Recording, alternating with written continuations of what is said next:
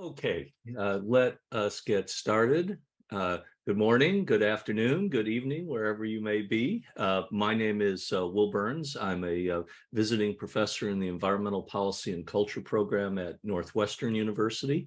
Uh, and on behalf of the EPC, the Pritzker School of Law at Northwestern, and the Institute for Carbon Removal Law and Policy at American University, I'd like to welcome you to the second annual Carbon Dioxide Removal Law and Policy Conference.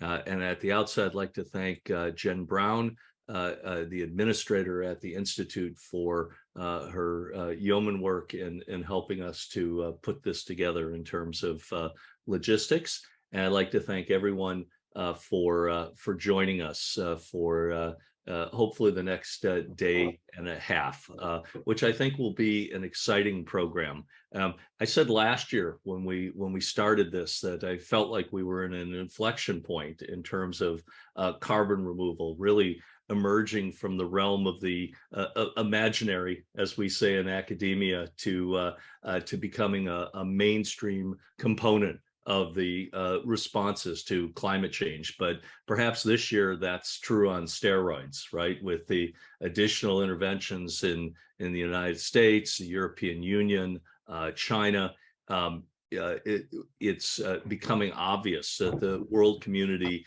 is acknowledging the important role that carbon removal must play in terms of addressing climate change. Having said that, of course, there are incredibly knotty questions, both on the technological side and in the context of this conference, issues of governance and associated issues associated with equity and justice and ethical decision making. And this year's conference will focus primarily on domestic interventions in this context. There's a lot of discussion about the role of international institutions, and those certainly are important, especially in the context of some carbon removal approaches that have transboundary impacts. But a lot of what is going to happen in terms of operationalizing carbon removal from a governance perspective is going to take place at the domestic level. A lot of the interventions that are going to take place to help impel carbon removal forward are going to take place at that level also. And so we thought it appropriate this year to focus on the role of state and sub-state policy issues. And we're going to look at a number of issues that I think have become very real at this point, including how to incentivize and coordinate our efforts, how to address issues of environmental justice, how do we monitor and accurately verify that we are effectuating the removal that we're claiming in this community. And we have panels that will traverse all of those topics. And so with that in mind, let's get to it. We're going to start our first panel. Our first panel, as you can see, is going to focus on issues of how to align federal policies with carbon removal to help move this program further. And we have an excellent panel today, all members of the new Carbon Business Council, which has been established to help do that very thing, provide some cohesion in terms of the carbon removal community, and to create an interface with the federal government and state governments. And so I'm going to turn it over now to Radhika Moolgavkar, who serves as the methodology and supply head at Nori. Radhika? Thanks, Will. Really happy to be here. Thank you for including us in this conference. And totally agree that there's been this real inflection point since even I started at Nori 2 years ago around carbon removal. And I have with me today a really interesting panel of some people who have been in the CDR industry for a long time. And then some folks are newer to the CDR industry. So looking forward to getting started. With that, we'll do a few introductions. As Will said, my name is Radhika Moolgavkar. I am the head of supply and methodology at Nori. We're a carbon removal marketplace, and we also do some podcasts folks on the phone might be familiar with or on the call, Reversing Climate Change and Carbon Removal Newsroom. I'll take this opportunity to let each of my panelists introduce themselves. I'll go Ben, Laurel, Steve, alphabetical order of first names. And if you can let the folks know who you are and what you do, that'd be great. Excellent. Thanks so much, Radhika. Good morning, everybody. Thank you for joining us for the panel today. And a big thanks to Will and Jen and everyone else who helped organize this conference. It's a great lineup and looking forward to the other sessions as well. So Ben Rubin here. I'm the executive director and co-founder of the Carbon Business Council. As Will mentioned, we are a nonprofit trade association of more than 65 companies, largely focused on innovators, early stage companies who are unifying together with this goal of reaching gigaton scale carbon removal and scaling up responsibly. We're working at that intersection of growing the CDR market to reach gigaton scale and how we can best align that with policy. So with that, I will turn it over to my fellow panelists. Hi, everyone. I'm Laurel Mills. I'm Chief of Staff at Living Carbon. Our goal is to use biotechnology to help plants capture and store more carbon. Over the last few years, our first focus has been on the capture part of that. We developed a photosynthesis enhancement trait that helps trees grow faster, sequester more carbon, and our first trees, it's a hybrid poplar, as you can kind of see behind me, accumulate biomass about 53% faster, which translates to about 27% more carbon captured compared to the wild type. We're also working on decomposition resistance and another trait that's meant to address the durability side of that equation by helping plants keep carbon stored for longer. Good morning, everyone. Steve Oldham, I'm the CEO of Captura. Captura is a carbon removal company. We utilize the ocean, the world's largest natural absorber of CO2, to produce a way in which we can absorb enormous quantities of CO2 from the atmosphere without impacting the ocean. Before joining Captura, I was the CEO of direct air capture company, Carbon Engineering. So I think that makes me a veteran or something similar as Radhika was describing us earlier on. All right, thanks all of you for your introductions. Really quickly, one bit of housekeeping before we jump into the questions. The panel discussion will last about an hour until around 10 a.m. Eastern time.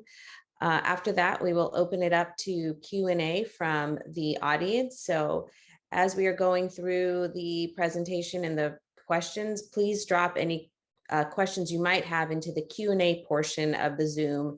And then at around 10 o'clock, I'll start reading those off to the panelists and get their perspective on any questions you might have. All right, with that, let's jump in. And I'm starting with you, Ben, as sort of the keeper of the big tent and talking about maybe a little bit of an overview of where we stand with federal CDR policy. Lots of announcements have happened in the last few weeks, and any policies that are particularly interesting or exciting to you. Thanks so much, Radhika. Yeah, I think with really the explosion of policies in support of CDR, something that is exciting and of note is that we have policies where the federal government is supporting really every stage of development for carbon removal. That includes policies for R&D, policies for demonstration, and policies for deployment. So we're really seeing the government following the life cycle of every stage that it's going to take and require for carbon removal to scale. I think within that, a few pieces of legislation that I'll call out and that I think folks will likely be hearing a lot more about over the course of the next 2 days of the conference is the tax incentives 45Q that were recently passed in the Inflation Reduction Act. A lot of this is building on the Infrastructure Act, which was bipartisan legislation passed last year that allocated $12 billion for carbon management, and we're seeing more and more upcoming activity from that appropriation coming down the pike. One piece of legislation that I'd call out is being particularly excited about is the $1 billion for carbon removal RD&D that was approved in the bipartisan CHIPS Act. And one reason why I think that's exciting is because that $1 billion that's going to DOE and is doubling their current RD&D budget, that's taking a tech neutral approach to carbon removal, which is in line with the Carbon Business Council. I think with the diversity of companies represented on our panel today, We just think it's too soon to pick winners and losers for different CDR approaches and technologies within carbon removal.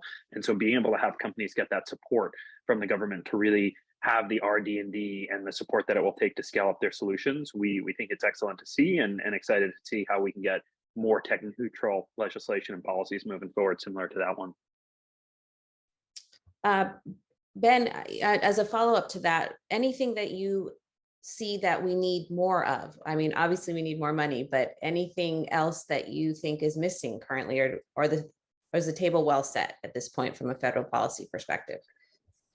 Yeah, I think one call out I would make is just around 45Q, which is the tax incentive for carbon removal. That will continue to be a work in progress. It's been on the books for some time now. It was exciting to see the updates that were made in the Inflation Reduction Act.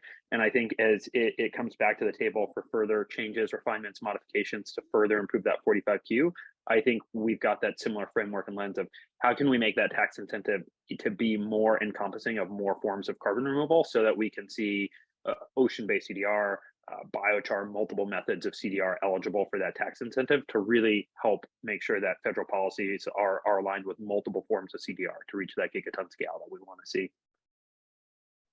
And then Steve, as you mentioned in your introduction, you've been in the space for about as long as anyone has been, and curious to get your perspective on what is the most beneficial policies to the CDR industry and sort of the evolution since you started. Yeah, there's a lot of change. So start of 2018 when I started at Carbon Engineering, and at that time, carbon removal really wasn't recognized outside of a few scientific circles. It started to change when the IPCC put out its 2018 report, which for the first time really identified that carbon removal was going to become essential. And of course, regrettably, almost every day since, it's become more and more essential. So if I start first on R&D, so from an R&D perspective, in 2019, I was asked to testify to the US Senate. And at the time I said that carbon removal, direct air capture were critical technologies. And there were less than 200 people employed in the whole world on direct air capture at the time. Fast forward to today, and there's almost a new direct air capture company being announced every week.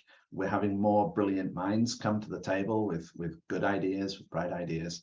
And that's all wonderful. So a policy that encourages new ideas and new R&D, like the CHIP Act has been mentioned, I think is great. You're seeing the same in Europe as well, in fostering new technology. The hardest thing for any startup in any sector really is going from having an idea, having a concept, through to initial deployment and finding your first adopters and your market. And there, I think, the policies that have made the greatest difference for carbon removal, in my opinion, first of all, the California Low Carbon Fuel Standard. So that one can often get a little bit forgotten, but the Low Carbon Fuel Standard basically says that the carbon intensity of fuel sold in California must reduce every single year up through 2030. What that does is it creates a market for solutions that can lower the carbon intensity of fuel. And California was wise enough to allow carbon removal through direct air capture as one of those solutions. So you create a market, and then the companies selling fuel in California, in that case, then go out and look for the best solutions. So you have the commercial world pulling solutions created by a government regulation, a state regulation in that case. So I think the California LCFS is a really great model. 45Q, what's interesting with 45Q is it's a carrot rather than a stick. One could say that LCFS is a stick. A carbon tax is a stick. If you don't reduce your carbon footprint, I will hit you on the head with this financial impact. 45Q changes that. It provides an incentive. And in the commercial world, there's really nothing better than an incentive to drive action. So with the 45Q, you're now seeing companies that have the ability to sequester or capture carbon coming to the table because it can improve their business case. So you're getting both a positive environmental outcome, and you're also getting a positive business outcome, which drives faster action. So I think both of those are great examples. And I think the last thing that I would say is setting policies that identify carbon removal as a priority is really acting as a very clear signal to the growing voluntary market. You know, I don't really like the term voluntary market because I think we all have to accept and acknowledge that getting to net zero is essential. But the voluntary market is, if you like, a precursor to a regulated market. And by identifying carbon removal, direct air capture, ocean removal, biochar, all those things as legitimate solutions for addressing climate, it kickstarts that voluntary carbon removal industry, which provides another market for companies like ours seeking to go from R&D through to deployment. So summary, it's night and day compared to 2018, but there's still a long way to go. You know, we still have an enormous quantity of CO2 to deal with before we get back to a sustainable climate. Yeah, I definitely heard when I was in New York last week, a lot of conversation about demand signals helping, startups get through that initial hurdle. So interesting to get your perspective on what it was like in 2018, not that long ago, but feels like a lifetime ago, and today. Laurel, I wanted to pivot to you a little bit because you're coming from this from a slightly different perspective than Steve is. You're working in a nature-based solution, which outside of maybe soil don't always get as much attention as these more engineered solutions. So what do you feel like are the areas of CDR that are being missed by the federal policies? I talked to Ben about that briefly, but really curious to get your perspective as somebody working more on the nature-based side of things. Yeah, I don't think it's so much that forestry and nature-based solutions are being missed as a category. Maybe there is indeed less focus than soil and direct air capture and other solutions. But the IRA does set aside a lot of funding for forestry, tree planting, blue carbon, and so on. Our reaction has actually been that when we see these policies that are written with a long set of solutions in mind and try to capture all of them, I think even attempts to be very comprehensive might not be a direct hit for some of the regulatory needs for emerging solutions that aren't being worked on as widely. So for example, we describe our trees as an engineered solution where we try to optimize for the best of both worlds of a nature-based solution that's self-replicating, it's low cost, but it has also been optimized through engineering to try to maximize the performance of the plant according to the attributes that matter from a carbon capture perspective, like additionality and efficiency, and so on. So our number one regulatory need is actually based on the USDA's biotech regulations, which were mostly developed, I think, with food and agriculture in mind. This isn't stopping us right now because we did receive approval to plant our photosynthesis enhanced and metals hyperaccumulating and decomposition resistant trees commercially. But I think if we had one longer term regulatory wish, it would be for an accelerated approval pathway for other species and traits where the cost and benefits of the analysis are based on the urgency of the climate crisis. And this could help unlock the path for future climate applications of biotech. Well, and you led beautifully into the next question, which is kind of what are the regulatory challenges that are most pressing for startups? And so, Ben, I might start with you because you have, like I said, the big tent. You talk to lots of startups on a daily basis, and then Steve and Laurel, if you both want to chime in after. Thanks, Radhika. I think one challenge that we're seeing really across the board is just how we can make sure that the regulatory regime, as regulations are developed for multiple forms of CDR, are keeping the same footing, so that multiple forms of CDR, whether it's open federal research needs that we have to answer about one form of CDR or a permitting approach or figuring out the regulations, just how can we make sure that this is moving forward at the same time so that we don't stunt the growth and innovation and possibilities of carbon removal? If we drill further into any one CDR approach, we might then see a more unique specified set of challenges. As Laurel was mentioning, it's a great example of something specific to one department or one agency, and Steve will have thoughts that will be helpful to hear about from the ocean-based CDR approach. But I think just if we zoom out, how do we ensure that all CDR is moving forward through that regulatory approach, while also ensuring that regulations are doing their work in terms of making sure that the projects moving forward are safe, have efficacy, are benefiting communities. And so moving forward with that in mind, and just making sure that carbon removal writ large is maintaining that same footing is a challenge and an opportunity.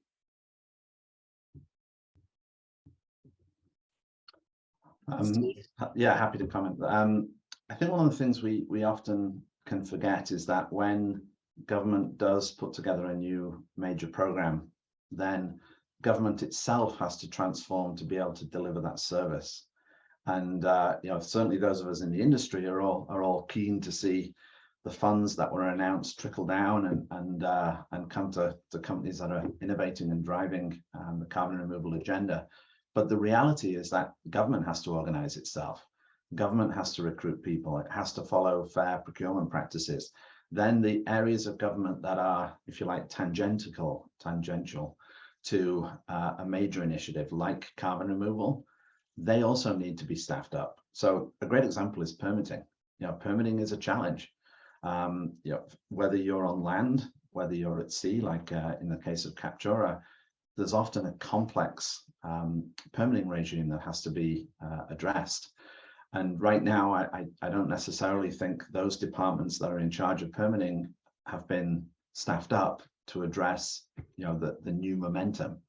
There was a really good article in The Atlantic, I think earlier this week or maybe last week, that talked about the fact that a lot of the permitting restrictions and local laws that were put in place to prevent projects in the past playing havoc with the local environment are now being used to actually prevent climate change and carbon removal projects going ahead. The opposition to, for example, nuclear, or having a large direct air capture plant in my backyard really comes from that fear of having large infrastructure located close. So I think permitting is going to be a real challenge. We should also understand that there's a spectrum of carbon removal solutions. On the technology side, obviously Laurel will speak on the nature-based side, but on the technology side, there's a spectrum.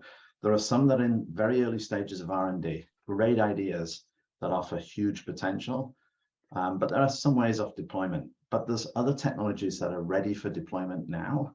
And as a planet, we can't afford to wait to see those things come through. So finding a way to accelerate the permitting process. At Captura, we hope the fact that our plants are ocean-based, a little bit away from people's backyards, will help with permitting. But ocean permitting itself is also challenging. So I think it's a big challenge area, and I think it's an area that people haven't really thought about enough. It's not a criticism of the permitting authorities. Like I said, they have the challenge of staffing up and meeting this new demand, and that takes time. Yeah, I agree with what's been said about the regulatory questions. And I talked a little bit about some of the challenges of navigating regulatory frameworks that weren't necessarily designed with climate in mind.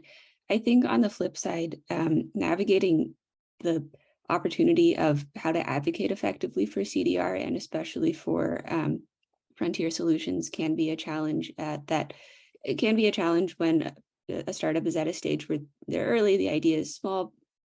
A lot of times we're geographically far away from DC, and I think it can be a challenge to try to navigate the pathways to better communication with the agencies, to understand what are the areas where our advocacy could have the most impact. When these funding sources are being announced, what's the right way to get information to the DOE about kind of where we perceive the needs as being the most urgent, or the opportunities being greatest. I know there are the official channels to kind of respond to requests for information, to apply for grants and so on. But I've had conversations with Ben and others about just navigating what it's like being early and trying to apply our efforts in the most high impact way. Yeah, and you all were mainly talking about federal agencies, and then there's the state agencies and the local agencies. So it becomes more and more layers to navigate with a small staff urgent needs, new technology. It is quite a quagmire. And Steve, I too have been following this interesting use of regulation to prevent environmental beneficial things we believe are environmentally beneficial. And it is really an interesting turning on its head, if you will, of what was intended on the regulatory side. I do have a question, and I don't know who's the best to answer it, so I'll just throw it out there. How do you think about the fact that our political system is so up and down, and administrations flip, and Congresses are going to flip maybe in a couple months, and the stability of the funding? Is that something that even enters your mind, or do you feel pretty comfortable it is there to stay and you can rely on it? Anyone want to take a shot at that one? I can make a start, and then happy to turn over to my fellow panelists. I mean, I think one of the advantages that carbon removal has is that it generally does enjoy bipartisan support. It's seen by, let's say, the leftist side of the political spectrum as being essential for climate change, by the right-hand side of the political spectrum as providing a mechanism for the existing energy business to be able to provide energy, continue the economic growth that energy provides, while also addressing climate. So thus far, I think carbon removal has managed to thread the needle of getting support from both sides of the House. And in the US in particular, where perhaps we're moving into a more divided political spectrum, that's really important. So I think it's important for the sector to continue to position for both sides of the political spectrum and explain the benefits of what carbon removal can do to both sides. May not always be entirely comfortable doing that, because you're talking to two different political concepts, and that can sometimes be challenging, but I think it's essential. From a purely economic point of view, I'm seeing really widespread acceptance in the financial community, which is the one that really matters for companies like us getting into deployment, that the carbon market is here to stay. I don't think the financial community yet really truly understands what the future carbon market will be. Is there going to be a single price on carbon? How can a carbon removal company make money? I don't think they understand that yet. There's still too much variability in the value of carbon and carbon policies around the world. But I don't see any debate around all of this could stop tomorrow and the world will decide climate change isn't real. Last thing I would say is, to me, a greater concern is the priority of climate change. We now have cost of living challenges. We have potentially an escalating war in Europe. We have all the political tensions in many countries around the world. I always really enjoyed Mark Carney's comment that climate change is a tragedy of the horizons. Its impact is felt beyond the planning cycle and the responsibility cycle of politicians and CEOs. So it's an easy thing to defer to tomorrow. And that, I think, is the bigger challenge than people deciding that climate change is no longer something that has to be addressed. It gets pushed down to priority 10, and it never gets in the top 1 or 2. And Laurel, anything you want to add? Yeah, I would just add that I agree. It's great that carbon removal tends to receive more bipartisan support. I think there are higher level things that could happen at a federal level related to climate that unfortunately are more political, but would have a huge effect on growing the market and growing demand for carbon credits. For example, a price on carbon. I think even more ambitious goal would be a net zero commitment for the entire US. Things that even being able to start that conversation seems subject to the political situation. But I think those would have a huge effect for the entire the entire landscape of decarbonization and carbon removal technologies, but I don't feel that we are counting on them when we look to the future. Yeah, all great points made by Laurel and Steve. I think I would just add into that bipartisan support for carbon removal point that was made, just specific examples of that. Again, that CHIPS Act that was passed, that $1 billion for carbon removal RD&D, that was bipartisan. The provisions within the Inflation Reduction Act, especially around 45Q, came from drafts of bipartisan legislation, something like the CREST Act, which was co-introduced by Republican and Democratic Senate co-sponsor, also bipartisan. And so it has been exciting to see the bipartisan support of carbon removal. I think a lot of this is underpinned by the science of needing to see carbon removal move forward as the important work of mitigation also moves forward. And so looking towards, what climate action will we continue seeing writ large as the new Congress takes shape. But I think within that too, looking forward towards upcoming legislation and those opportunities is great to chart out and think about. But a lot of what has been put into place over the last few years, the direct air capture hubs, we're expecting that funding notice to come out soon. These will be projects that have been put in motion, previously, and we'll see continuing in the years ahead and as the new Congress comes in. And with that, let's kind of talk a little bit about President Biden's whole of government approach to climate action. I think it's kind of a novel approach in this day and age. What benefit do you see for CDR with that when you have that framework from a president in place? Ben, I'll start with you, and then Laurel, Steve. Yeah, thanks, Radhika. I think that whole of government approach is going to be so important for carbon removal writ large to scale up and grow, as we're seeing with our panelists here today, each representing a different form of removal. It's different and unique needs, but if there's a red thread across that to see, for the federal government to be asking, what will it take to sync up on carbon removal? How does a permit out of the Environmental Protection Agency relate to research that might be happening at the Department of Energy? Just different agencies talking with each other, figuring out those questions. It's going to be so important because different approaches to carbon removal different companies will end up interfacing with different agencies. And the more that we can take this whole of government approach for different agencies to be talking, I think that will lead to some of the streamlining we need and to some of this hope we have for different forms of carbon removal to be on equal footing. So definitely affirm that I think that whole of government approach is going to be a helpful way to tackle what we need to see in the carbon removal ecosystem. I totally agree. And I think this is an example of maybe what I was talking about earlier, where I think we can be excited about things at a high level and also curious about what it will look like in a way that's relevant to our immediate needs as a startup. I think there are obvious agencies that come to mind where it seems like, yeah, if they were talking, this would unblock probably a lot of technologies at once. There are obvious categories of permitting that will be relevant for direct air capture and kind of the most common engineered solutions.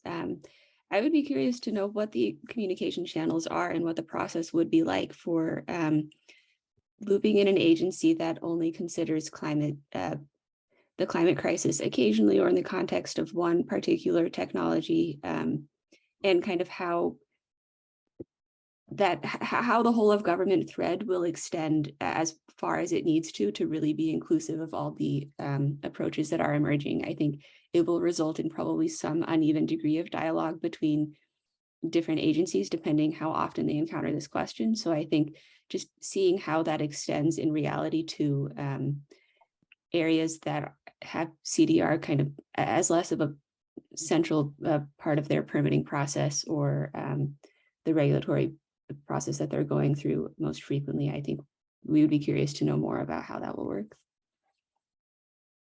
I think for me, whole of government is good in that it sets carbon removal as a national priority. So as organizations look to respond to permits, to the needs of the carbon removal sector, we can now point to it being a national priority, and hopefully that helps smooth things over. The challenge of the whole of government approach is if we end up in a situation where government is basically unable to move forward because there's no clear responsibility. There are so many collective groups involved that no one agency is assigned responsibility, and individual people get on with things within that agency. So there is a risk of that, I think. I know certainly when I talk about ocean CDR, it's not entirely clear within DOE, within NOAA, exactly who has the ball in driving ocean CDR forward. One of the comments on the whole of government thing, and it kind of comes down to one of the comments that Laurel made about the political agenda. I think for the whole of government to be itself carbon neutral would also be a major step forward. Now, if government procurements, government departments individually had their targets to achieve net zero, I don't disagree with Laurel's comment that it may be too hard for the whole of the United States to declare a legal net zero target, like, for example, the UK has done. But individual departments within the government can themselves become net zero. That also creates another demand signal and provides a really good opportunity. You know, if the DoD decided to become net zero by a certain year, the carbon footprint of the DoD is enormous. That would send a huge demand signal. So there are different ways of whole of government approach. I see pros and I see cons, but what I do really like is it makes clear this is, under this administration, a national priority. And you know, hopefully that will remain through whichever administrations follow. I do think you bringing up the UK, even though it's outside the scope, is will be an interesting example of what happens when the other pressures of a war, of inflation, of energy costs collide with the net zero commitment, and we'll get a good on the ground learning of what happens when the reality of other priorities come up against a net zero commitment, and what that will mean for the long-term health of the net zero commitment. Just a little side note I thought of when you mentioned that. But back to what we're supposed to be talking about, which is the US government. And so I'm curious if you guys have felt that the government has, if they've been technologically neutral in allocating funds, and what types of ways can the government improve the funding approach to CDR? The other thing is, I've heard a lot about DOE. We've talked a little bit maybe about USDA, but are there other departments, like the Department of Defense has some interest in this area? So there are other departments that you think need to be more involved in the space to create more of a whole of government approach? I will start with Ben. Great, thanks, Radhika. I do think in terms of a tech neutral approach, I just want to underscore, you know, the benefits that we see to that at the Carbon Business Council, just in terms of for the fact that at this stage of the carbon removal industry, we think it's too soon to pick winners and losers, too soon to know if one form of removal will have more efficacy or if the technology cost curve will fall faster than another, and just really, you know, want to see multiple forms of removal scale up. And then to your question, is the government doing that? Some of that ends up taking place not only in the agencies, but also in the legislation that Congress is passing. The Carbon Business Council was excited to endorse the CREST Act that was introduced by Senator Susan Collins and Senator Maria Cantwell, in that it is taking a larger and more tech neutral approach to carbon removal than some CDR legislation that has passed to date. I will hold up as a great example, and I know I've mentioned it earlier, just the CHIPS Act is an example that we can point to of Congress passing legislation that has $1 billion for CDR RD&D that is more tech neutral, that it's our understanding that multiple methods of CDR will be able to apply and tap into that funding. And I think an important question that we want to be asking is exactly this one that you're asking as well. So what else can be done to ensure that multiple forms of CDR are staying on equal footing across implementation of legislation, across legislation that's yet to be written, and across different departments that might be thinking through this, whether it's NOAA and agencies working on ocean-based carbon removal or DoD that you mentioned. But yeah, it's definitely a focus area for the Carbon Business Council and something that we'd like to see more of to have this tech neutrality. Laurel, what are you thinking about? So I'm thinking that there are really high impact things that the federal government could do that would be technologically neutral, but not neutral about the quality standards for carbon credits and the verification process. that could be through direct procurement, through the creation of more of an involuntary market. But one of the most common criticisms we hear, especially of nature-based solutions, is just the challenges around transparency and monitoring and verification, making sure that the projects are truly additional, verifying the claims about co-benefits to the communities or the ecosystem, understanding the durability and whether the forest has actually lasted as long as was claimed. I think kind of a common view that I've heard by lots of different participants in the CDR world is that the verification and monitoring, I guess our ability to monitor some of these projects, especially frontier technologies where it's not necessarily obvious where like the biomass will be in the end. This is something that we're thinking about, as well as just the process of navigating the third-party bodies for verification and kind of understanding how these standards and methodologies should apply across project types, especially for ones that don't fit cleanly into existing categories. I think these are all challenges where, for example, if the government set targets for a large amount of direct procurement of carbon credits, but was also not neutral about the quality standards that they need to meet, I think this would be an approach that is technologically neutral, but it rewards whatever project developers can generate the highest volume of credits at the lowest cost that still comply with these quality requirements that are, I think, still turning out to be a little bit of a patchwork approach in the voluntary markets. Yeah, for me, the government should be in the business of specifying exactly what problem needs to be solved and with what constraints and quality requirements when it comes to carbon removal. So all the things that Laurel just talked about, additionality, permanence, verifiability, all those types of things. It should identify that, what's the problem we're trying to solve? The problem we're trying to solve is removing CO2 from the atmosphere and reducing the legacy CO2 that causes such a large problem today. So that's where, in my opinion, government should be. Having said that, I think there are lessons to be learned in how the direct air capture industry was able to generate significant near-term support. They were able to put together a case that the technology was ready for deployment.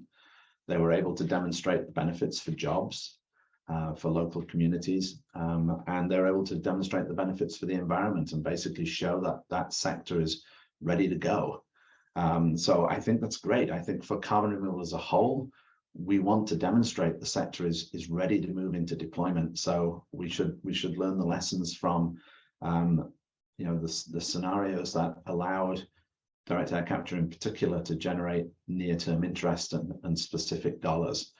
But in general, going forward, my view, government should be in the business of saying, this is the problem we're trying to solve. Here is the quality requirements we have. Here are the constraints. And if your solution fits those, it's good to go. All right. Just moving a little bit at a more local level for a second. Laurel and Ben, I would love to get your perspective on how you see state and local regulations interacting with federal regulations in the CDR space. Laurel, I'll start with you. Yeah, I think state and local level action could be really interesting because it's not just about high level solutions like procurement or moving the market as a whole.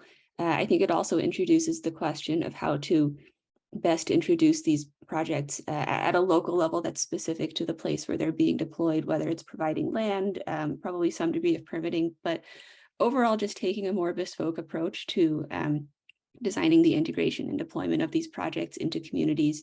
So in the case of nature-based solutions, I think there's a lot of government land that would be suited to reforestation or improved forest management. And then at the local level, I think there are a lot of interesting opportunities to introduce green infrastructure alongside gray.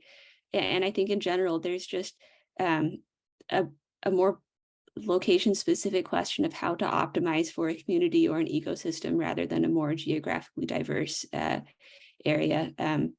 So I think there's an opportunity to kind of consider carbon project development, renewables, and other decarbonization and carbon removal technologies alongside questions like disaster resilience and urban planning and the other specific needs of a local or state area.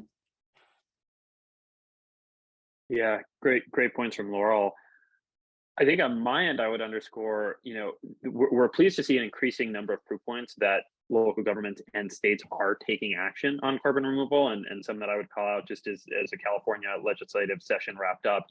California passed SB 905, which is the state will, as part of that legislation, work to create a regulatory framework for permitting and siting of carbon removal projects. The state also allocated $50 million for carbon removal RD&D into the state budget. And California is not alone as a local and state leader on carbon removal. Boulder County is working on issuing an RFP for the procurement of low carbon concrete and carbon removal materials. And so it's great to see these examples. I think that there's some direct interfacing between what states will do and what the federal government will do. The permits for a Class 6 well is one example. States can apply for primacy for that permitting, and so a state can take over what that permitting regime will look like. And just as whether we're talking about the regulatory framework California will create, or how one state might interpret Class 6 well permitting for CO2 storage over another, the more that there can be synergies between these different policies, the more streamlined it will be for a company to be able to operate and scale and ultimately do business in multiple states and geographic regions within the US. If we end up creating too much of a patchwork, that just increases the regulatory burden on companies to have to work in one way in one state, work in a completely different way in another. I'd say at this point, seeing the explosion of interest and local and states wanting to move forward on CDR, I'm optimistic and hopeful that we can have things stay synergized and aligned rather than going too disparate and going out in different directions. So Steve, I didn't ask you this question because I think Oceans has a whole nother level of permitting, which is the international bodies that you have to deal with. And I also think that, you mentioned earlier that you were hoping because you were away from the NIMBYism, you might have an easier ability to permit in some ways, but I also think Oceans have a very emotional attachment for folks. So curious how ocean permitting is going and if there's anything particularly different or more complicated from your perspective. No, you're absolutely right. It is potentially both more complicated and more simple. More complicated because depending on where you are in the ocean, you have a different jurisdictional regime to work with. More simple because, in theory, a ocean-based location will face less challenges from a local concerns point of view. For us at Captura, our near-term focus is actually to go to market using the existing ocean-based infrastructure. So, for example, desalination plants that produce a waste product of brine, they're fully permitted. That brine is perfect for our process. So we can install on a desalination plant on a non-interference basis. For utilities that use water for cooling and pump and return ocean water, they already have permits to utilize ocean water. Again, we can operate on the back of those. So in the near term, we're more focused on what existing infrastructure with existing permits can we fall into and hopefully get to market that way. Longer term though, yeah, we see ourselves either operating on retired oil and gas platforms out in the ocean or on dedicated platforms. And the permitting regime there is not something that, to be honest, I've spent a lot of time on right now. But we do intend to work with partners, which again is important. As Laurel said, it's difficult for young companies to understand all of the avenues through permitting and to have the resources to do so. So for us, we want to work with developers who are experienced in that, people who've built, for example, offshore platforms. We would work with them to take our technology to market and hopefully they have that expertise. So I do think it's a different environment for us, but hopefully we can grow our technology using the existing infrastructure with permits that already exist. And then last question on regulations and permitting before I pivot to another topic for our last few minutes. Ben, just curious if you, as you scan the world, are there countries whose regulations the US should be emulating or watching or be aware of? Yeah, I think the more that the US government is scanning for what is being introduced on CDR globally, the more lessons learned we'll be able to take and apply. Multiple countries right now are thinking about how governments can help procure CO2, which is one promising way to help grow the market. I think one thing that I would call out is just some of the transparency standards that are being set in other countries around net zero pledges or net negative pledges, whether those are around government transparency or requirements around corporate pledges. And just having that, I think, level of transparency will help instill confidence for folks looking at the carbon removal ecosystem, that we can see how much carbon removal we're talking about and how much we're talking about reducing emissions. And I think that level of assurance is beneficial for companies to see how much market size we're talking about within the carbon removal world, and beneficial to the climate community at large, in that we're seeing how removal is working in tandem with mitigation and not serving as a replacement for it. And so thinking about where there's examples of those, that level of transparency playing out is something that we can think about here in the US even more. So I want to pivot a little bit to what, the impact of CDR. And one of the things that we often hear about is the moral hazard, and also the fact that many of the communities that have been most impacted by the extraction of carbon dioxide are also the most hesitant about CDR technologies. I think understandably there's a history of being not heard and also exploited in many ways.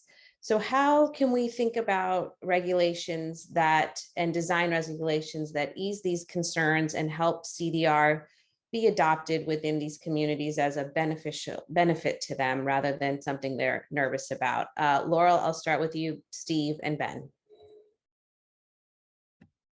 Yeah, I think one nice aspect of working on nature-based solutions is that if they're designed and implemented properly, there should be clear co-benefits to communities and ecosystems, especially in terms of building resilience against climate-related impacts.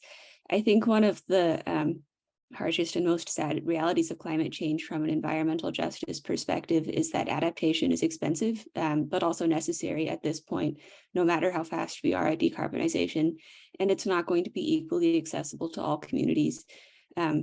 So the same effects of a malfunctioning Earth system, whether it's rainfall, sea level rise, wildfires, can be much more catastrophic in some parts of the world than others. And I think there are nature-based solutions that can be deployed in a way that increases this resilience and makes it more accessible, whether it's mangroves for natural flood protection or reforestation to prevent the soil-related effects of wildfires.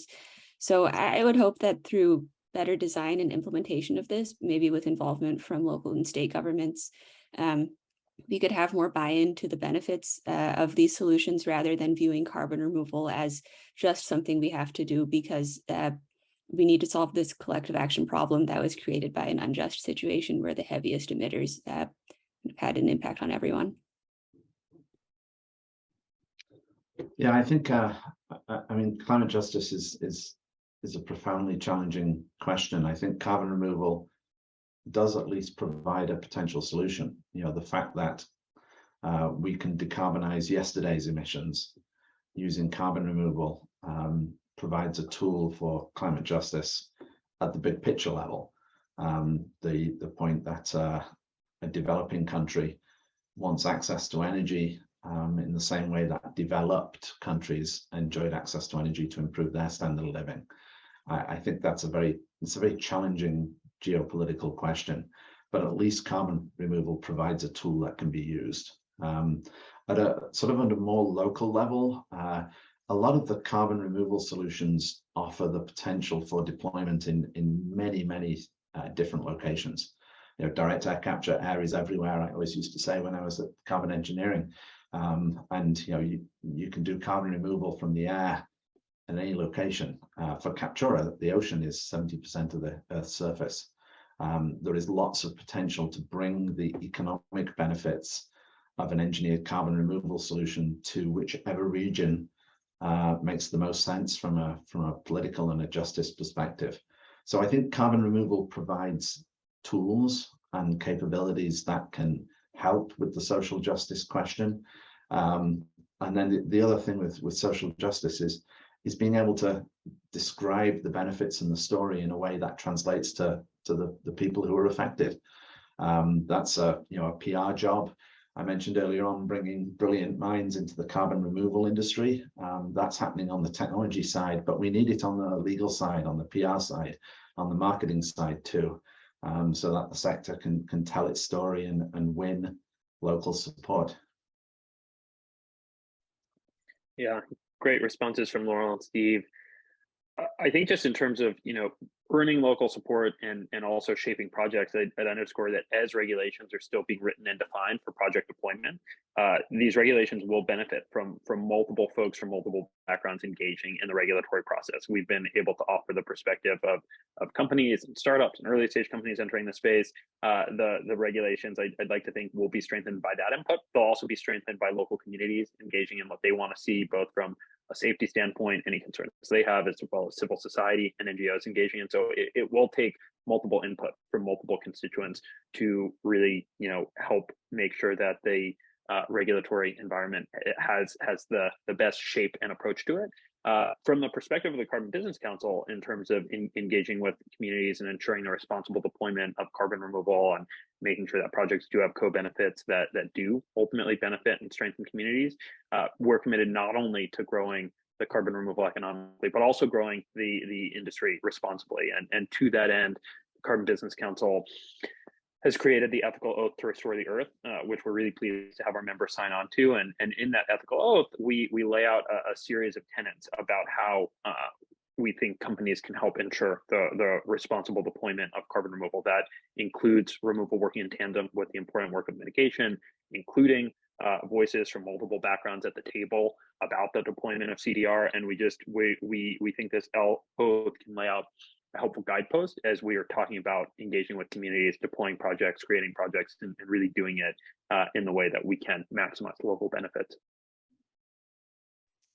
All right. Well, our last question before I turn to Q&A, and it's since we're all from the private sector or Ben represents a large group of private sector folks, I am curious, if and how do you see federal leadership from the government spurring private sector investments in CDR?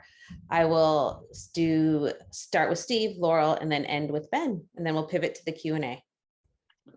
Well, I'll give a concrete example. The week before last, I was at a Credit Suisse negative emissions conference in San Diego, and it was a tremendous event, and there was widespread attendance from the finance industry, looking to hear from companies that are in the carbon removal space what they needed, where they were up to.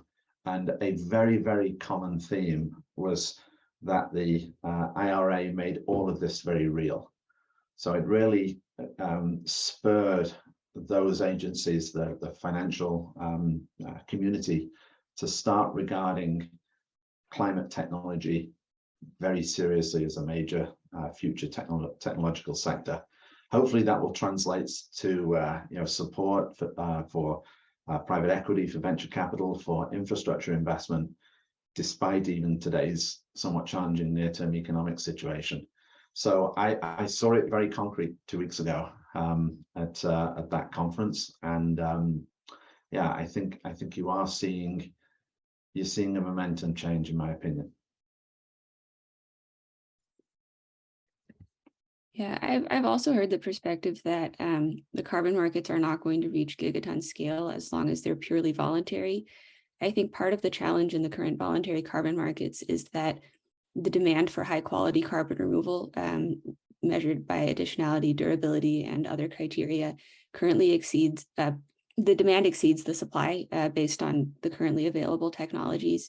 So I think the government could have a huge role in helping the technologies for really higher quality, but also currently higher cost forms of carbon removal come down the cost curve, initially by providing funding to de-risk key technical milestones, but then also increasing demand for overall carbon removal in a way that maintains strict standards for transparency and verification.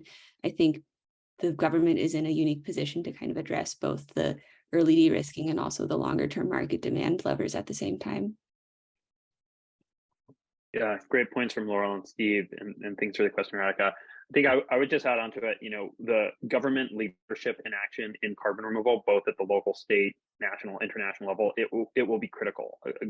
Carbon removal cannot scale without government support, be that funding, regulation, the rest, all the things that we've been talking about here for the last hour. But there are many positive signals to point to about how government leadership is spurring private sector action. We need the government, but the government does not have to go at it alone. And as one particular proof point to add on to Steve's example that he was talking about is just the other week, a study came out that carbon removal startups had record levels of investment in Q2 of this year. $882 million of venture capital investments went to carbon removal. So we are seeing the private sector responding to government leadership as regulations are defined, as legislation is introduced, as government funding becomes available. The private sector can keep pace of that. But we continue to need that government beacon to blaze a pathway and keep everything moving forward. But there are a number of exciting proof points to point to of private sector investment keeping track and aligning with. All right. Well, with that, we'll turn over to the Q&A. To our audience members, please drop any questions you might have into the Q&A, and we will get through as many as we can in the next 30 minutes. The first question we have is, where can we find the most authorized information about CDR? Ben, I might turn this over to you as somebody who I know scours lots of different sites, but Laurel and Steve, if you have some recommendations after Ben goes, please feel free to jump in. So Ben, any thoughts on that? Yeah, it's a great question. I think one thing that I would say is a terrific resource is just going back to so much of why we're talking about carbon removal writ large, both government action for it and private sector action for it, is really underscored by the scientific consensus that we need gigatons of carbon removal to be removed from the atmosphere in tandem with that work of mitigation. From there, we can ask all kinds of questions. How much removal are different scientists saying that we need, and the consensus around that? What forms of removal are we talking about? But I think just to look towards that science, to ground ourselves in that, to understand what it is that we're talking about, why we need it, how this is working with the reduction of emissions. The IPCC report itself in 2018 that really put that demarcation of ground is great to reference, as well as the subsequent IPCC reports after that have continued to double down on this need for removal. There have been a number of other terrific resources put out related to the science of carbon removal and different explainers. I think I might direct folks to a CDR textbook that was put out a few years ago by folks, some of which are participating in the conference today. That's just great explainers around all things carbon removal. And then the co-conveners of this conference, both Will Bernstein at Northwestern, along with the team at the Institute for Carbon Removal and Policy, just have great one-pagers on their website, explainers if folks have questions about what is direct air capture, how does that work, or different forms of removal. Great academic explainers there with easy to understand language for folks to dig into. Laurel, Steve, anything else? That's a great answer from Ben, and a very thorough one. We're also seeing a number of NGOs and carbon trading type platforms that provide good resources. So, Frontier, Puro, Patch. I know I'm missing some NGOs like Carbon Gap and Carbon 180. They provide really good summaries of these things. Carbon Direct, which is a consultancy company that looks across carbon removal as a whole, also does very good blog posts and background on explaining what's out there. So there is a growing set of information. It's not always complete. We were a bit frustrated at Captura that Carbon Plan just put out a really good summary of the permanence differences between various types of solutions, but our technology is not part of that. So it's not always, it's difficult for everybody to keep up to speed with the rate of progress. But yeah, there's a growing set of information that's out there for sure. Yeah, I totally agree with Steve about all the organizations that he named.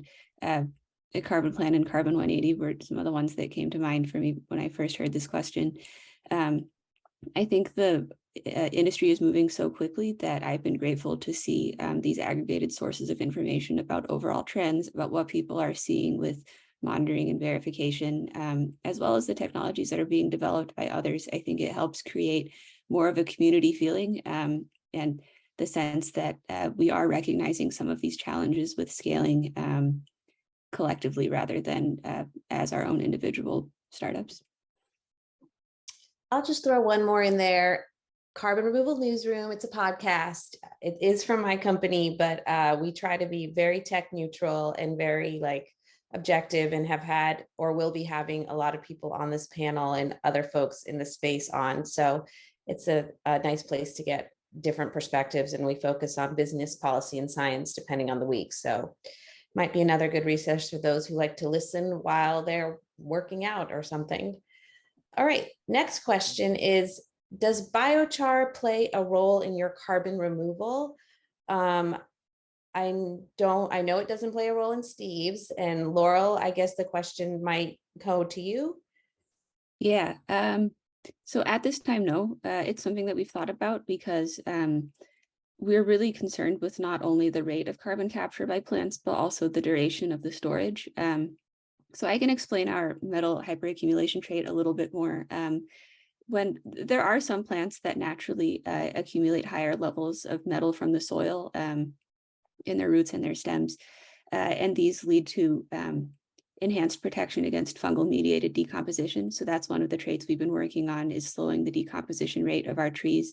And we also have a newer project that's aimed at increasing the production of really highly durable biopolymers in species like microalgae.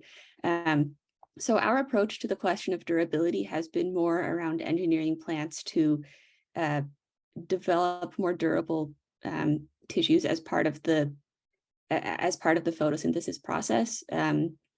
But I think there's a huge role for other forms of permanent biomass storage like biochar, potentially even in our future. But for now, we are focused more on enhancing the attributes of plants rather than pairing them with other technologies. So I think maybe, Ben, you might know something about this question, but if Laurel or Steve, if either of you are aware, please jump in. The question is, what support do you know of regarding green buildings carbon removal incentives? Anything? Yeah, appreciate that question, because I think it shows how it's one example of how carbon removal can work in tandem with, as we're thinking about how to make buildings more energy efficient and improving the construction of buildings. There are examples of how removal can be a part of that. There's some examples of, as new buildings are being made, the purchase of concrete that has embodied carbon within it, that has sequestered carbon from the atmosphere, being used as a construction material to help make a building carbon negative. And again, that can be done with other forms of energy efficiency, making sure that the windows are good and not going to let out cold or heat. And so the construction materials are one example of how we can incentivize carbon removal, as well as just thinking about the urban fabric of different buildings as they're designed. Can there be modular direct air capture units attached to that as one form of an example of how a building can be designed with removal in mind?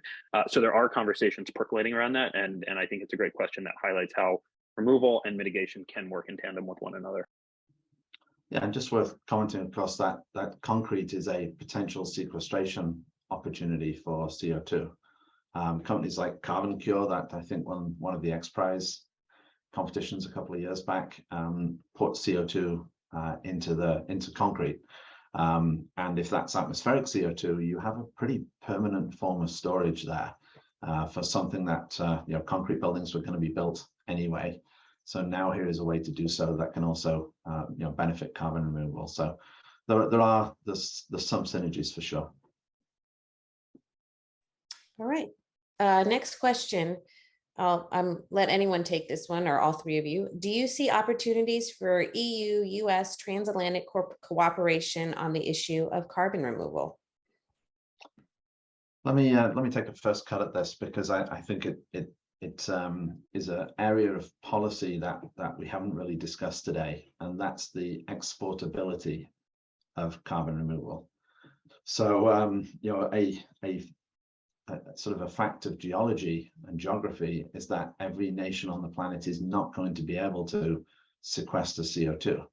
Just simply not the case, especially in Europe, where really the North Sea is the only natural sequestration area available to that continent. So if you're Italy, France, Germany, Spain, you have a carbon footprint.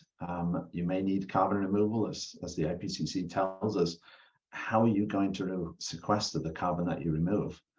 So I see great potential in North America. I'm including Canada here as a proud Canadian, for providing carbon removal to other countries around the world. The availability of energy, the natural sequestration sites that are available in North America, we could, if we wished, provide carbon credits out to other countries around the world, because after all, the atmosphere is a shared resource. It's a common problem. So in terms of the transatlantic cooperation on the issue of carbon removal, to me, there is a policy cooperation around bringing the Article 6 mindset from COP26, such that carbon credits can be provided over international borders, because it's just inherently logical. Some places are going to be way better for carbon removal and sequestration than other countries. And that's a huge export opportunity and a huge business opportunity, as well as providing a solution to the climate problem across the planet. So to me, that's a policy area of cooperation that I hope the next COP and the following COPs address, so that we do truly have an international trading capability in carbon removal.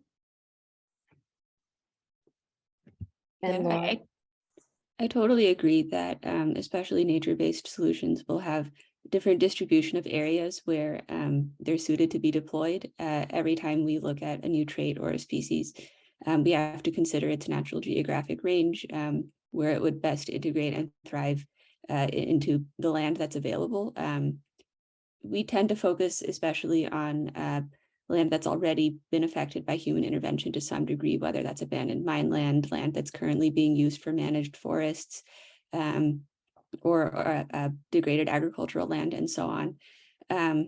So we have seen demand, at least in the voluntary markets, in Europe and across lots of other places besides the US, for solutions that can meet some of those quality attributes that matter to buyers, where the projects are being deployed only within the US at this time. So I think seeing this scale up, as Steve mentioned, to extend beyond the voluntary markets by private buyers into more of a standardized framework for exchange of carbon credits, and again, maintaining those quality standards that can address some of the most common criticisms of carbon credits, and help the market really reach that gigaton scale without inviting a lot of criticism that it's not effective, that it's too late, or even worse, having the reality be that it's not as effective as it needed to be. Yeah, I think the next level of scaling will be moving from federal and country level standards, which we discussed earlier in this session, towards standardizing that in a more international way. Great responses from Steve and Laurel. I think I would just add to that, right, that some of this, it's a timely question because we're against a backdrop of COP27 taking place soon, where countries from around the world will gather. So the more that we can have this international framework, the question was about Europe and the US, and excellent. I agree with specific points that Steve was making around there about what the cooperation of both of those continents can look like. And then just want to introduce in as well, as we're looking towards COP27, the benefit of also making sure that voices and governments from the global South are also at the table, so that we can have an understanding about if and how countries from the global South are seeing carbon removal weave their way into the goals of the Paris Agreement, keeping warming to 1.5, if and how countries in the global South are seeing the economic opportunities that carbon removal can present in their regions. And so really this international cooperation that Laurel and Steve have been mentioning, I think is going to be of the utmost importance, and timely with COP27 taking place soon. All right, I'm going to turn to the next question, which is, in terms of durability, what is wrong with sub 50-year tech? Some orgs focus on 1,000 years only, and that eliminates a lot of good ideas, approaches, which are closer to quote unquote shovel ready. I bet, Laurel, you might be well positioned to answer this question. Yeah, I think nothing is wrong with sub 50-year durability. The agreements we enter into with landowners are for they're for closer to 30 years. I think it's absolutely a an important part of the overall carbon removal landscape to have nature-based solutions in general. And the reality is that because of the life cycle and decomposition rate of plants, you can't have those ecosystem co-benefits and the speed of scaling and all the advantages of having these self-replicating plant-based solutions without accepting that they're not yet, we hope to change this, going to last for more than 1,000 years, without adding an engineered component such as turning them into biochar, sequestering the biomass somewhere, and so on. But I think there's an interesting and really relevant question around ton-year accounting and how you can match. Carbon Plan has written a lot about this, which I found very helpful. But the question of how to match a ton of carbon that's been released and persists in the atmosphere for a length of time that's difficult to model with precision to a certain duration of carbon that's being removed. I get the impression that that's what's driving a lot of buyers' interest in 1,000+ year durability and carbon removal, is that kind of is the threshold past which that question has been mitigated, and we consider the carbon removal to have been permanent enough that we don't have to match it with precision to the question of how long carbon that's emitted will continue to have an effect. I don't have a perfect answer to the question of how nature-based solutions should fit into the problem of ton-year accounting, in the sense of knowing the exact number of years it would take to be equivalent to 1 ton of carbon that's been emitted. But I think a lot of progress has been made on finding those middle grounds where it's not just saying 1 ton of carbon that's been sequestered for 1 year can be used to offset 1 ton that's been emitted. I think navigating that middle ground is the work of the companies that are deploying these solutions, of the nonprofits and verification bodies that help understand that question and drive us toward solutions that leave room at the table for these nature-based solutions to scale and be part of the solution without saying it's either 1,000-year permanence or it's nothing. I think that's a question we collectively have to figure out. For me, this is it's kind of an economics question. And I'm speaking as somebody whose career in the carbon removal industry has been very focused on long-term permanence. For me, the economic question should be, is it better per year of sequestration to pay X dollars versus a cheaper solution for a shorter period of sequestration? And there's kind of a straightforward trade there. So Phil's question is very very relevant. My view is there's absolutely nothing wrong with sub 50 year. However, it would be wrong to say, let's spend all our resources on pursuing shorter term sequestration at the expense of long-term sequestration, because we're just kicking the problem down the road to the next generation. So to me, both fit. One of my longest standing frustrations with the carbon removal and the climate sector is the tendency for groups to attack each other rather than recognize that we need all solutions brought to the table because of the scale of the problem. So I absolutely think short-term sequestration is a very powerful tool in the fight against climate change, but it shouldn't be at the expense of longer-term sequestration devices. Yeah, Steve +1 to the we shouldn't be fighting, we're too nascent. Ben, what did you want to add? Yeah, great responses all around. I'll +2 to that. And I think I would add in, an example of how it's playing out where it's not either or is that we're seeing portfolio approaches for a company or government who might be trying to hit a net zero or a net negative pledge, where they're diversifying their portfolio. They've got a mix of short-term solutions in there that have a certain price point. They're purchasing a mix of longer-term solutions. And so we're seeing proof points where it doesn't necessarily have to be either or. I do think, to Steve's point, there is an economics question about different forms of removal offering different benefits, whether that's co-benefits, land permanence. With that comes different price points, and we should just be careful in these portfolio approaches or whatever approach we're taking to not end up making a race to the bottom on costs. There is a cost to getting the CO2 out of the atmosphere. Different approaches have different costs. Those costs will continue to fall, but I think we should recognize right now that each solution has a different cost, and with that comes different benefits as folks are evaluating that for a portfolio.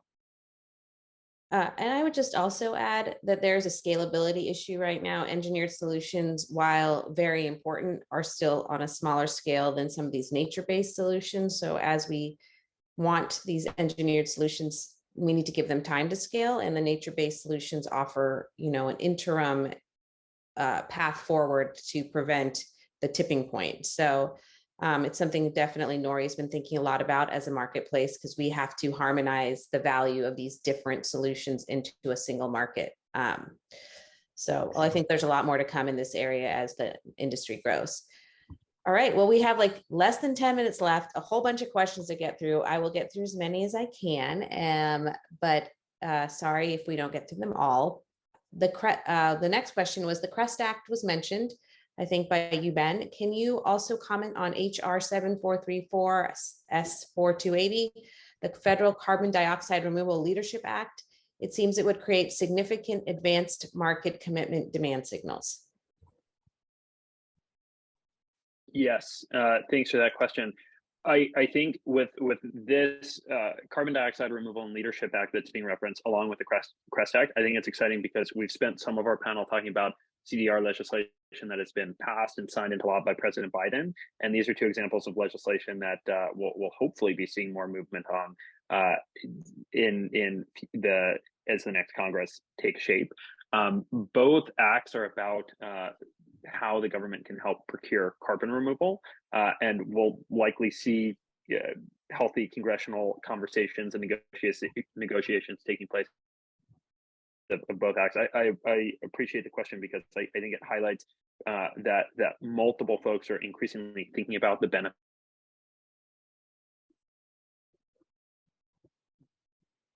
Did we lose Ben? Okay.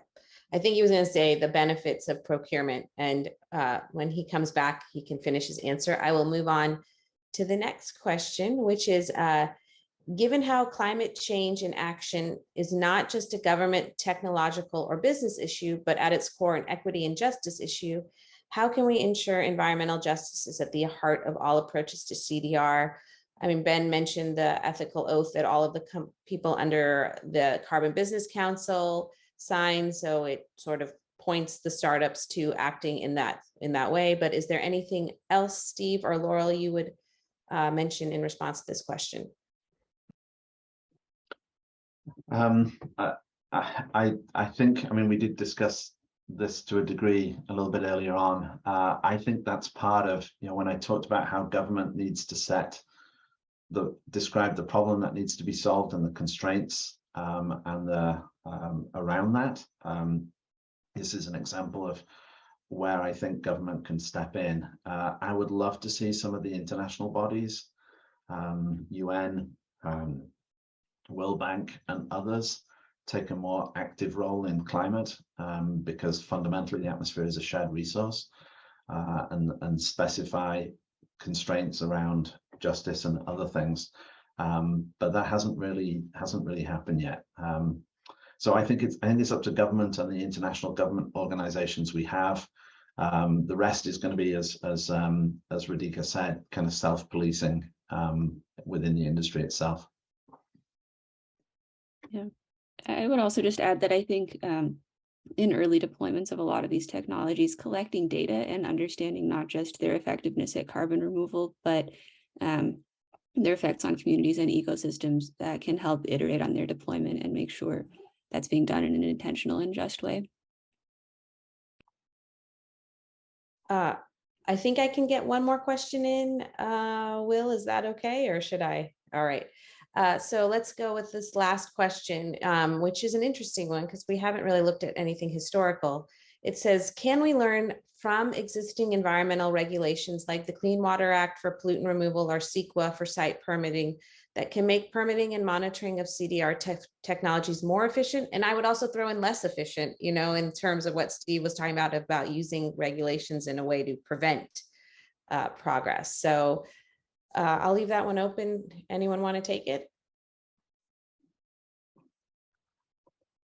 I think it's a really good point from Mira, and you would hope the answer is yes, but I don't have the expertise to answer that one directly because I'm not knowledgeable enough about those things, but hopefully there's people in our audience here that will begin work on looking at the permitting regime and regulatory regime for carbon removal and compare against the successes and failures of other regulatory regimes in the past. It's a really good point. Yeah, it's a great question. I think for me, I'd call out, there's been some parallels drawn to what the future of carbon removal looks like if we look back at what solar once was, the high cost of solar, the R&D that went into it that ultimately lowered the technology cost curve, the hope and thought that carbon removal is likely to follow that same track. And one particular call out I make related to this, just because I'm not sure if it came up earlier in the panel, is there was a solar shot initiative that was launched by a former administration to help lower the cost of solar and marshal the community together, look at some of the hard to answer questions. And we have the equivalent of that in carbon removal today with the carbon negative earth shot, the goal to make the price of carbon removal $100 a ton or lower. And so with just looking at all technologies, whether it's 3D printing, DNA sequencing, following that technology cost curve, and then specific examples of the government having a policy to help lower the cost and scale up the technology, gives me optimism that we're really likely to see continued growth going on for carbon removal. I would just put in my own 2 cents about the environmental regulations, that I think there's a lot to learn in terms of what not to do and by creating onerous systems. So efficiency is really important right now, and some of these systems are highly onerous, very difficult to navigate, and it makes it hard for startups, like we mentioned before, to do effective work, because learning to be an expert in CEQA or NEQA or any of these takes time and requires consultants and things. So developing more streamlined and easier to understand regulations is really important. The other thing I would point out, or especially around the Clean Water Act, is definitions matter. If you follow anything within the current Supreme Court and what things like navigable waters and things like that, how they were written in those statutes become very important in how you interpret them. And so the clearer that CDR regulation is written with very defined and easy to understand terminology does help against challenges against it as they navigate through the courts and through the different systems that are meant to interpret these laws. With that, Will, you're on screen, so I assume our time is up, and I will turn it back over to you. All right. Thank you so much, Radhika, and thank you to Ben and Laurel and Steve for an excellent opening discussion, right? I think we can see some of the through lines that we'll probably discuss all through the day, right? Some of the important themes. And one of these themes that was discussed a number of times is the role of environmental justice considerations, right, that have moved to the fore in the last couple of years as we've begun to look at carbon removal more in earnest. And we have assembled an excellent panel to look in a more granular way at some of those issues. How do we develop a carbon removal regime that hopefully facilitates environmental justice?